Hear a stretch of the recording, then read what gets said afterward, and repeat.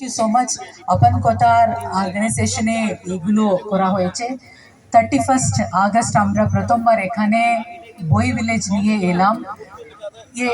মানে একটা পেইন্টিং ক্যানভাসে যেভাবে একটা ভিলেজ, সুন্দর ভিলেজ আমরা আরবান এরিয়াতে দেখছি, মানে ভিলেজ এত সুন্দর হোক, দ্যাটস এ ড্রিমি প্লেস।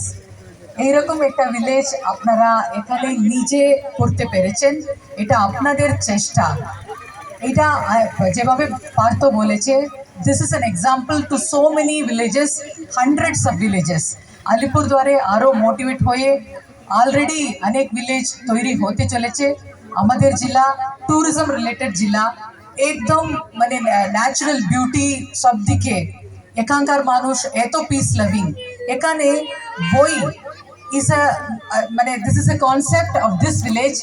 এটা আরো অনেক দিকে এটা মানে ইট ওয়াজ মানে এত ভালো লাগছে সবার মনে।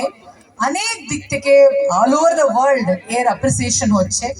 আমরা জানি না এত ভালো একটা কনসেপ্ট এইভাবে পাবলিকের মধ্যে, আমি ভিলেজে যে ইয়াংস্টার্স আছে ওরা এইরকম নিয়ে যাবে, এটা তো আমরা মানে ইমাজিনও করতে পারলাম না ওই দিন।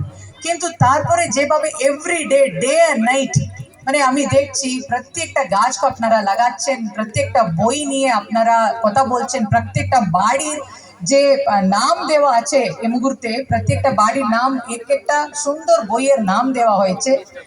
এখানে যে বাড়িতে পেন্টিং করা হয়েছে, each and every issue is with 100% or devoted effort, wholehearted effort of the whole village। মানে এটা আমি অনেক অনেক অ্যাপ্রিসিয়েট করছি। এখান থেকে আমরা অনেক শিখলাম। এটা আরো আমাদের কাজ ভালো করতে ডিস্ট্রিক্ট অ্যাডমিনিস্ট্রেশনকে মোটিভেট করছে।